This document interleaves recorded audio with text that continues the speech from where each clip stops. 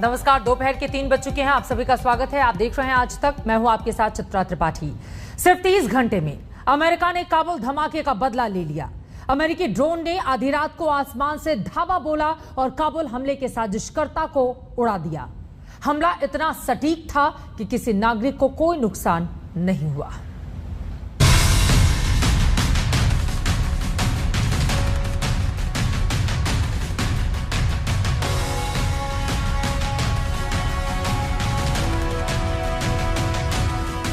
काबुल में धमाके का शोर अभी थमा भी नहीं था कि अमेरिका ने बदला ले लिया। काबुल एयरपोर्ट पर चीख पुकार के 30 घंटे के भीतर अमेरिका ने खून बहाने वालों को उसके अंजाम तक पहुंचा दिया।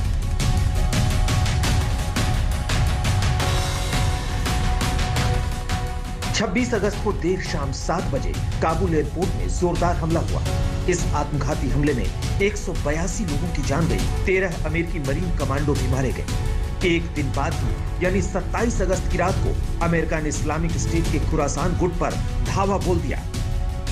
अमेरिका सेंट्रल कमांड ने दावा किया है कि ड्रोन हमले में टारगेट को उड़ा दिया गया। साजिशकर्ता का भी सफाया हो गया। अमेरिका ने शुक्रवार रात नंगरहार के ISIS खुरासान के ठिकाने पर हमला बोला। हमला सटीक था। सिर्फ उसी जगह को टारगेट किया गया जहां काबुल हमले का साजिश करता था। अमेरिका सेंट्रल कमांड के प्रवक्ता बिल अर्बन ने बयान जारी किया। अमेरिकी सेना ने ISIS खुरासान के प्लानर के खिलाफ over the horizon counter terrorism operation किया। अफगानिस्तान के नांगरहार में मानव रहित विमान से हवाई हमला किया गया। शुरुआती सूचना के मुताबिक टारगेट को उड़ा दिया गया है। अमेरिका जो ने कहा था कि वो इस काबुल एयरपोर्ट के जो धमाके हुए थे उसके बदला ले लेंगे। पहला इंफॉर्मेशन जो निगरार से वो तो ये है कि ISIS का जो सेंटर था निगरार में उस पर उन्होंने अटैक किया है और पहले इंफॉर्मेशन जो है कि उसके अटैक से बाद इस जो प्लानर था इस बम ब्लास्ट में काबुल एयरपोर्ट से वो मर चुके हैं, लेकिन ये बात कंफर्म नहीं है कि उसके साथ और भी कुछ लोग थे या नहीं। काबुल धमाके के बाद ही अमेरिकी राष्ट्रपति ने साफ कर दिया था कि हमलावरों को भूलेंगे नहीं, माफ नहीं करेंगे, ढूंढ ढूंढ कर सजा देंगे। Those who carried out this attack, as well as anyone who wishes America harm, know this: we will not forgive. We will not forget. We will hunt you down and make you pay. अमेरिकी राष्ट्रपति Joe Biden का बयान death warrant था। इसके बाद ही अमेरिकी सेना action में आ गई। हमले का दावा करने वाले ISIS खुरासान की कुंडली खंगाली गई और एक दिन बाद ही रात के अंधेरे में हाई प्रोफाइल ड्रोन से बम गिरा दिया गया।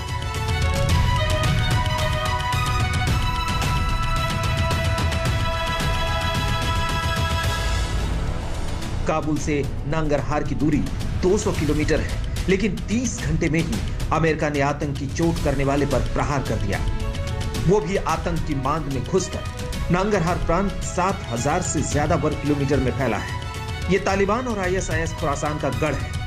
काबुल से पहले तालिबान ने इसकी राजधानी जलालाबाद पर ही कब्जा किया था। We will not forgive. We will not forget.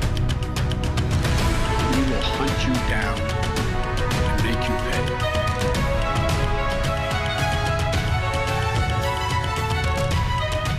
Gita Mohan और अशरफ वानी के साथ आज तक bureau.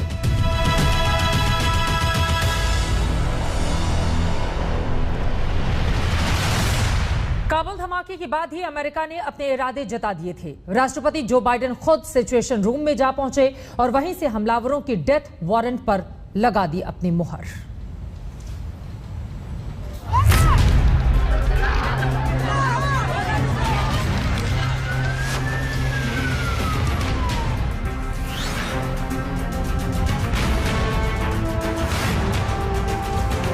Some reason to believe we know who they are, not certain, and we will find ways of our choosing. जब काबुल करा रहा था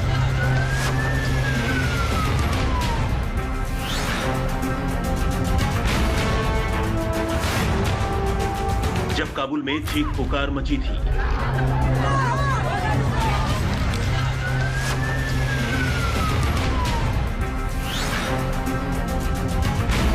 जब काबुल एयरपोर्ट पर लाशें गिनी जा रही थी, तब अमेरिका काबुल को दहलाने वालों को सबक सिखाने के लिए ऑपरेशन में लगा था।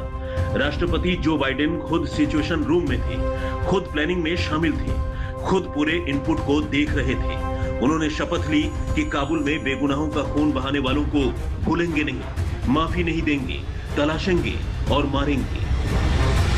And with regard to finding, tracking down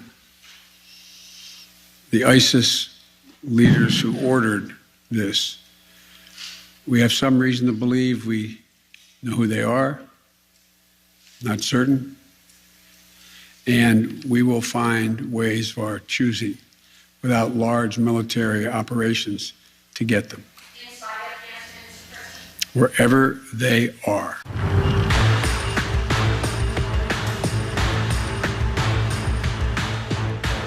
national security team ने राष्ट्रपति जो बाइडेन को हमले की डिटेल दी। विदेश मंत्री एंटनी ब्लिंकन, रक्षा मंत्री Lloyd Austin, joint chief of staff general mark समेत टॉप अफसर मौजूद थे। मीटिंग के दौरान सैन्य अफसरों ने राष्ट्रपति को विकल्पों की जानकारी दी। करीब 2 घंटे की मीटिंग के बाद राष्ट्रपति ने ऑपरेशन के ब्लूप्रिंट पर मुहर लगा दी।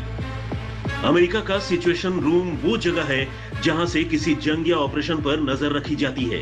इस रूम का इस्तेमाल तब होता है जब विदेशी जमीन पर कोई ऑपरेशन चल रहा है। यहां बैठे बैठे अमेरिकी राष्ट्रपति किसी ऑपरेशन की लाइव मॉनिटरिंग करते हैं। 1961 में तत्कालीन राष्ट्रपति जॉन एफ कैनेडी ने व्हाइट हाउस में सिचुएशन रूम तैयार करवाया था।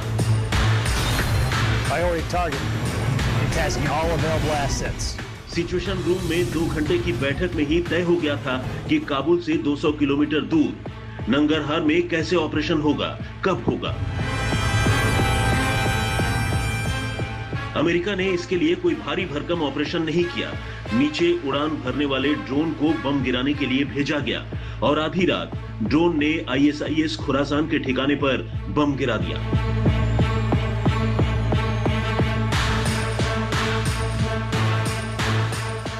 अमेरिका के मुताबिक टारगेट भी सही था, निशाना भी सही।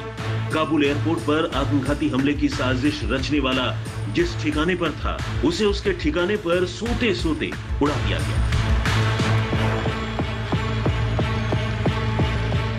अमेरिका अपने ऊपर हमला करने वालों को छोड़ता नहीं। 11 सितंबर 2001 को आतंकियों ने वर्ल्ड ट्रेड सेंटर के टावर को उड़ाया था।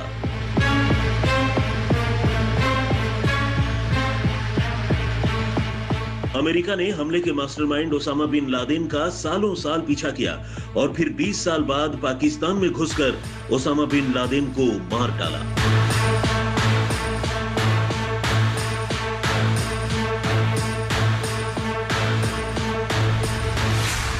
आज तक ब्यूरो। खुरासान पर प्रहार तो हुआ, लेकिन फन कौन कुचलेगा? लेकिन ये काम करेगा कौन? अमेरिका तो अफगानिस्तान छोड़ रहा है। तालिबान की सरकार है जिसका खुरासान से पुराना याराना है। कई कट्टर तालिबानी भी आईसिस खुरासान के बैनर तले इस्लामिक स्टेट का ख्वाब पाले हुए हैं।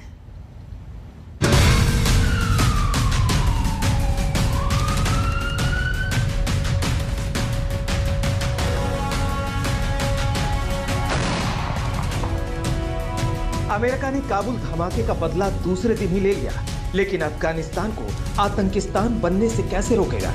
अफगानिस्तान में खूंखार आतंकी तालिबान का कब्जा है, तो कई आतंकी गुटों ने इसे अपना ठिकाना बना लिया।